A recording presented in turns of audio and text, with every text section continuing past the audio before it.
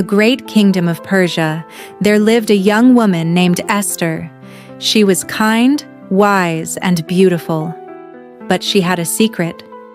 Esther was Jewish, one of God's people living far from home. When the king of Persia, King Xerxes, was looking for a new queen, Esther was chosen. No one in the palace knew about her faith, not even the king.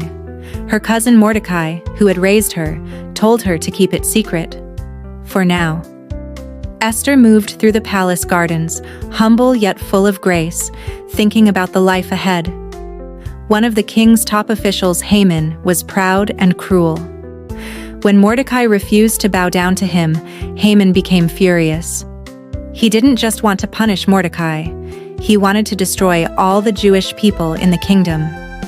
Haman tricked the king into signing a law that would allow their enemies to attack them.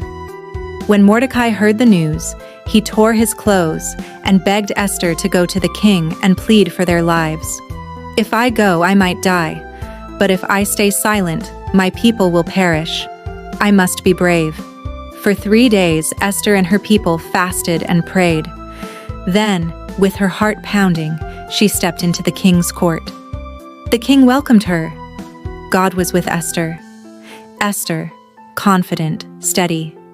"My king, someone has planned to destroy me and my people." When the king asked who, Esther pointed to Haman. Haman's face fell as the king's anger burned. Haman's evil plan was stopped, and the Jewish people were saved. The king honored Mordecai, and Esther's courage brought peace and joy throughout the land.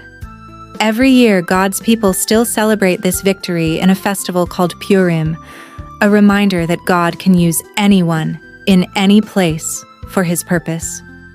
Esther's story reminds us that true courage comes from trusting God, even when we're afraid. You never know. Maybe like Esther, you were born for such a time as this. This is the story of Esther and her courage, based on Book of Esther, chapters 2 to 9.